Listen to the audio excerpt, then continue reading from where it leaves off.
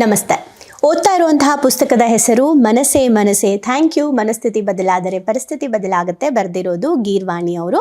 ಬನ್ನಿ ನಮ್ಮ ಮುಂದಿನ ಚಾಪ್ಟರ್ನ ನೋಡೋಣ. ಇದು ಹೊಸ ಚಾಪ್ಟರ್. ಏನಿದು ಚಾಪ್ಟರ್ ಹೆಸರು ಅಂದರೆ ಹಾಗಲಕಾಯಿಯಂತಹ 13 ಸತ್ಯಗಳು.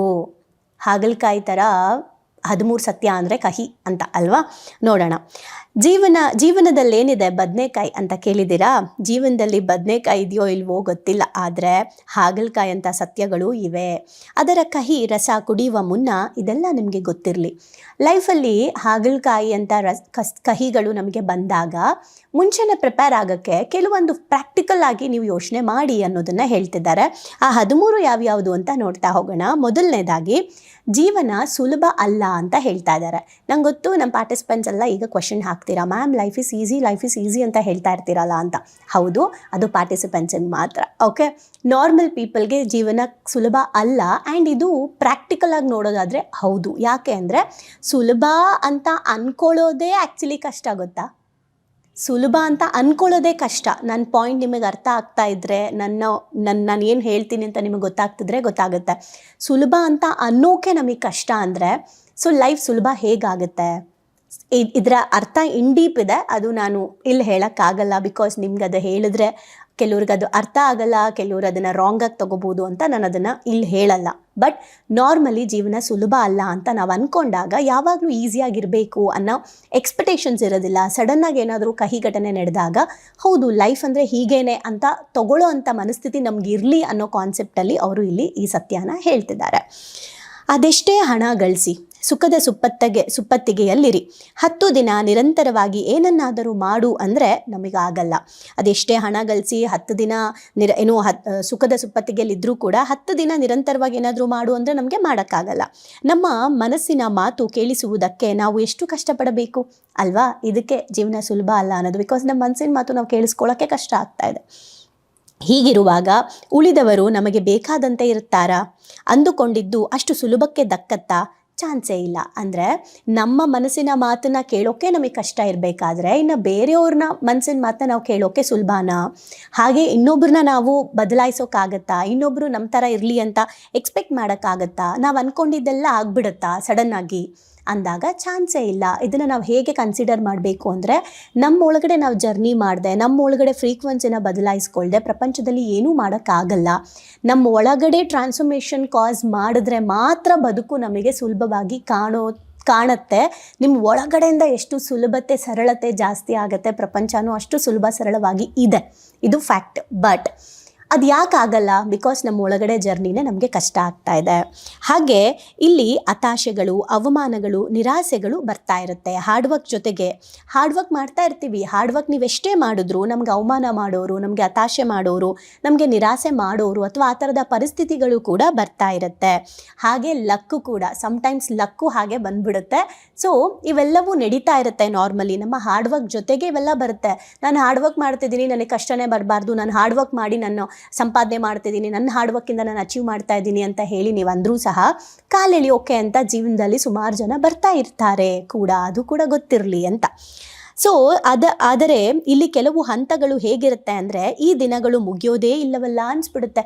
ಕೆಲವೊಂದು ಟೈಮ್ ಅಂತೂ ಯಾವಾಗಪ್ಪ ನನಗೆ ಈ ಕಷ್ಟಗಳೆಲ್ಲ ಎಂಡ್ ಆಗುತ್ತೆ, ಯಾವಾಗಪ್ಪ ನನಗೆ ಇದಕ್ಕೆಲ್ಲ ಕೊನೆ ಸಿಗುತ್ತೆ ಅಂತ ಅನಿಸ್ಬಿಡೋ ಚಾನ್ಸಸ್ ಕೂಡ ಇರುತ್ತೆ.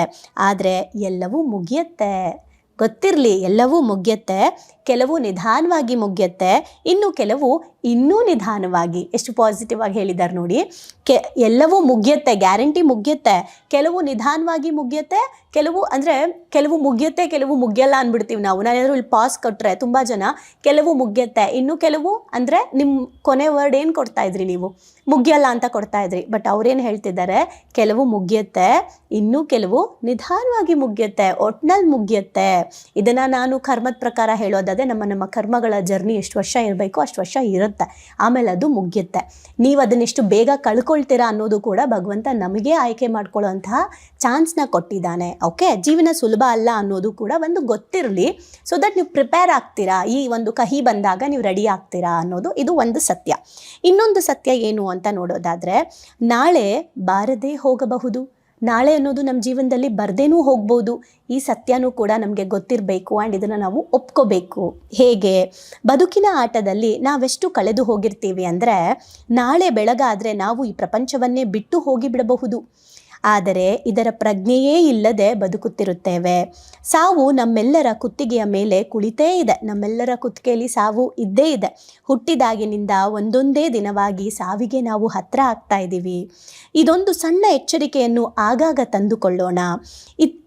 ಇವತ್ತಿದ್ದವರು ನಾಳೆ ಇರದೇ ಹೋಗಬಹುದು ಎಂಬುದು ಎಲ್ಲರಿಗೂ ಗೊತ್ತಿದೆ, ಆದರೆ ನೆನಪಲ್ಲಿರಲ್ಲ ಅಷ್ಟೆ. ತೀರಾ ಫಿಲಾಸಫಿಯನ್ನೇ ನೆನಪಿಸಿಕೊಳ್ಳುತ್ತಾ ಬದುಕಕ್ಕಾಗಲ್ಲ. ಆದರೂ ಇದೇ ಕಹಿ ಸತ್ಯ ಅಲ್ವಾ? ಸೊ ಇದ್ರ ಬಗ್ಗೆ ನಾನು ಒಂದು ವಿಷಯ ಹೇಳ್ತೀನಿ. ನನಗೆ ತುಂಬ ಹತ್ತಿರದಲ್ಲಿರುವಂಥ ಒಬ್ಬರು ಗುರುಗಳೇ ಅಂತಲೇ ನಾನು ಕನ್ಸಿಡರ್ ಮಾಡ್ತೀನಿ. ಓಕೆ, ನನಗೆ ಒಂದು ವಿದ್ಯೆ ಕಲಿಸಿದವರು.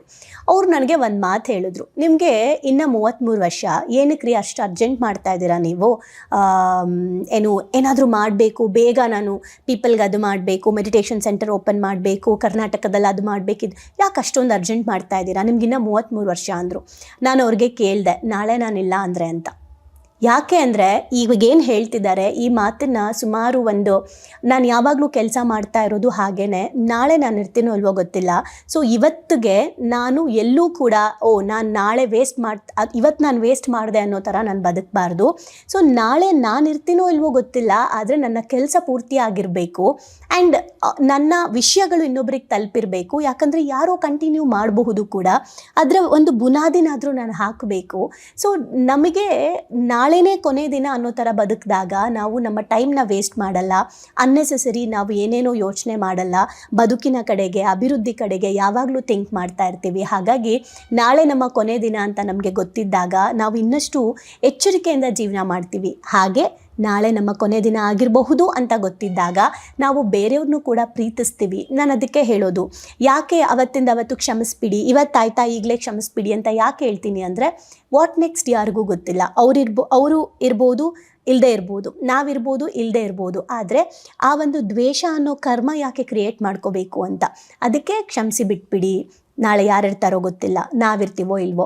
ಹಾಗಾಗಿ ನಮ್ಮ ಕೆಲಸದಲ್ಲಾಗಿರ್ಬೋದು, ಪ್ರೀತಿಯಲ್ಲಾಗಿರ್ಬೋದು, ಮನುಷ್ಯತ್ವದಲ್ಲಾಗಿರ್ಬೋದು, ಎಲ್ಲವೂ ಕೂಡ ಈ ಒಂದು ಎಚ್ಚರಿಕೆ, ಹೌದು ಈ ಫಿಲಾಸಫಿಯಲ್ಲಿ ಬದುಕಕ್ಕಾಗಲ್ಲ, ಆದರೂ ಕೂಡ ಸತ್ಯ ಅಲ್ವಾ ಅಂತ ಹೇಳ್ತಿದ್ದಾರೆ. ಅಂದರೆ ಜೀವನದಲ್ಲಿ ಇದು ಕಹಿ ಸತ್ಯನೇ ಅಲ್ವಾ? ಈ ಸತ್ಯನ ಒಪ್ಕೊಳ್ಳೋಕ್ಕೆ ಯಾರಿಗೂ ಧೈರ್ಯ ಇಲ್ಲ, ಬಟ್ ಫ್ಯಾಕ್ಟ್ ಅಲ್ವಾ? ಗೊತ್ತಿಲ್ಲ ಅಲ್ವಾ ನಮಗೆ ವಾಟ್ ನೆಕ್ಸ್ಟ್ ಅಂತ. ಆದರೂ ಕೂಡ ಎಷ್ಟು ನಾನತ್ವ, ನಾನು, ನಂದು, ನಾನೇ ಎಲ್ಲ ಮಾಡೋದು, ನನಗೆ ಎಲ್ಲ ಗೊತ್ತಿರೋದು ಅನ್ನೋ ಭ್ರಮೆಯಲ್ಲಿ ಬದುಕ್ತಾ ಇರ್ತೀವಿ. ಎಲ್ಲ ನಂದೇ, ಇದು ನನಗೆ ಸೇರಬೇಕು, ಅದು ನನಗೆ ಸೇರಬೇಕು ಅಂತ ಒಂದು ಚಿಕ್ಕ ಚಿಕ್ಕ ಬಟ್ಟೆಗಳನ್ನು ಕೂಡ ನಾವು ಯಾರಿಗೂ ಕೊಡದೆ ಬದುಕ್ತಾ ಇರ್ತೀವಿ. ಬಟ್ ಗೊತ್ತಿಲ್ಲ ಏನು ನೆಕ್ಸ್ಟ್ ಅಂತ. ಹಾಗಾಗಿ ಆದಷ್ಟು ಇವತ್ತು ಜೀವಿಸ್ಬಿಡಿ, ಪೂರ್ತಿಯಾಗಿ ಜೀವಿಸ್ಬಿಡಿ. ಏನು ಮಾಡ್ಬೇಕು ಅಂದ್ಕೊಂಡಿದ್ದೀರಾ ಅದೆಲ್ಲವೂ ಮಾಡಿಬಿಡಿ. ನಿಮ್ಮ ಮನಸ್ಸಿಗೆ, ನಿಮ್ಮ ಆತ್ಮಕ್ಕೆ ಅದೆಲ್ಲೂ ಕೂಡ ನಾನು ಪೆಂಡಿಂಗ್ ಉಳಿಸ್ಕೊಂಬಿಟ್ನಪ್ಪ, ನನ್ನ ಕೈಯಾರೆ ನಾನೇ ವೇಸ್ಟ್ ಮಾಡ್ಕೊಂಬಿಟ್ನಪ್ಪ ಭಗವಂತ ಕೊಟ್ಟಿರೋ ಸಮಯನ ಅನ್ನೋ ಪಾಪ ಪ್ರಜ್ಞೆ ನಮಗೆ ಕಾಡದೇ ಇರೋ ಥರ ಬದುಕಿದ್ರೆ ಸಾಕು. ಸೊ ಇವತ್ತು ನಾವು 2 ವಿಚಾರನ ತಿಳ್ಕೊಂಡ್ವಿ 13 ಕಹಿ ಸತ್ಯದಲ್ಲಿ. ಮೊದಲನೇದು, ಜೀವನ ಸುಲಭ ಅಲ್ಲ. ಈ ಪ್ರಾಕ್ಟಿಕಲ್ ನಾಲೆಜ್ ಇರೋದ್ರಿಂದ ನಾವು ಹೌದು ಬಂದಿದ್ದನ್ನು ಫೇಸ್ ಮಾಡೋಣ ಅನ್ನೋ ಧೈರ್ಯ ನಮಗೆ ಬರುತ್ತೆ.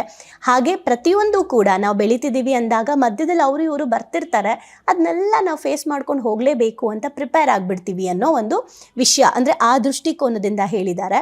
2ನೇದು ತುಂಬ ಇಂಪಾರ್ಟೆಂಟು, ಗೊತ್ತಿಲ್ಲ ನಾಳೆ ಅನ್ನೋದು ಬರದೇ ಹೋಗ್ಬೋದು. ಹಾಗಾಗಿ ಇವತ್ತು ಫುಲ್ಲಾಗಿ ಜೀವಿಸ್ಬಿಡೋಣ ಅಂತಲೂ ನಾವು ತಿಳ್ಕೊಬೋದು. ಸೊ ಇವೆರಡರಲ್ಲಿ ನಿಮಗೇನು ಅರ್ಥ ಆಯಿತು? ನೀವು ಈ ವಿಚಾರದಲ್ಲಿ ಎಲ್ಲಾದರೂ ಪರಿವರ್ತನೆ ಆಗಿದ್ದೀರಾ, ಅಥವಾ ಇವತ್ತು ನಿಮ್ಗೆ ಏನಾದರೂ ಪರಿವರ್ತನೆ ಆಗಬೇಕು ಅಂತ ಅನ್ನಿಸ್ತಾ, ಆ್ಯಂಡ್ ಯಾವ ವಿಚಾರದಲ್ಲಿ ಅನ್ನೋದನ್ನು ಕಮೆಂಟ್ ಮಾಡಿ. ನಿಮ್ಮ ಕಮೆಂಟ್ ತುಂಬ ಜನಕ್ಕೆ ಹೆಲ್ಪ್ ಆಗುತ್ತೆ. ಹಾಗೆ ಈ ಒಂದು ವಿಚಾರಗಳು ನಿಮಗೆ ಗೊತ್ತಿರೋರ್ಗೂ ತಲುಪಿ ಅವರಲ್ಲೂ ಜ್ಞಾನ ಸಿಕ್ಕಿ ಅವರು ಲೈಫಲ್ಲಿ ಚೆನ್ನಾಗಾಗಲಿ ಅಂತ ನೀವು ಬಯಸ್ತೀರಾ ಅಂದರೆ, ನೋಡ್ತಾರೋ ಬಿಡ್ತಾರೋ ಗೊತ್ತಿಲ್ವಾ, ನೀವಂತೂ ಶೇರ್ ಮಾಡಿ. ನಿಮ್ಮ ವಾಟ್ಸಪ್ ಸ್ಟೇಟಸ್ಗಳಲ್ಲಿ ಹಾಕ್ಕೊಳ್ಳಿ, ಇನ್ಸ್ಟಾಗ್ರಾಮಲ್ಲಿ ಹಾಕ್ಕೊಳ್ಳಿ, ಫೇಸ್ಬುಕ್ಕಲ್ಲಿ ಹಾಕ್ಕೊಳ್ಳಿ. ಏನಪ್ಪ ಇಷ್ಟೊಂದು ಜನ ಯಾವುದೋ ವಿಚಾರನ ಹಾಕ್ತಿದ್ದಾರೆ ಅಂತ ನಿಮ್ಮಿಂದ ಯಾರೋ ಒಬ್ಬರೋ ಇಬ್ಬರೋ ಅದನ್ನು ಕ್ಲಿಕ್ ಮಾಡಿದಾಗ ಅವ್ರ ಲೈಫಲ್ಲಿ ಸಿಗಬೇಕಾಗಿರುವಂಥದ್ದು ಸಿಕ್ಕಿ ಮೇ ಬಿ ನಿಮ್ಮಿಂದ ನಿಮಗೆ ಗೊತ್ತಿಲ್ಲದ ಒಂದು ಪುಣ್ಯ ಕೆಲಸನೂ ಆಗಬಹುದು ಅಂತ. ಸೊ ಇವತ್ತೇನೆಲ್ಲ ಕಲ್ತ್ರಿ ಕಮೆಂಟ್ ಮಾಡಿ. Thank you.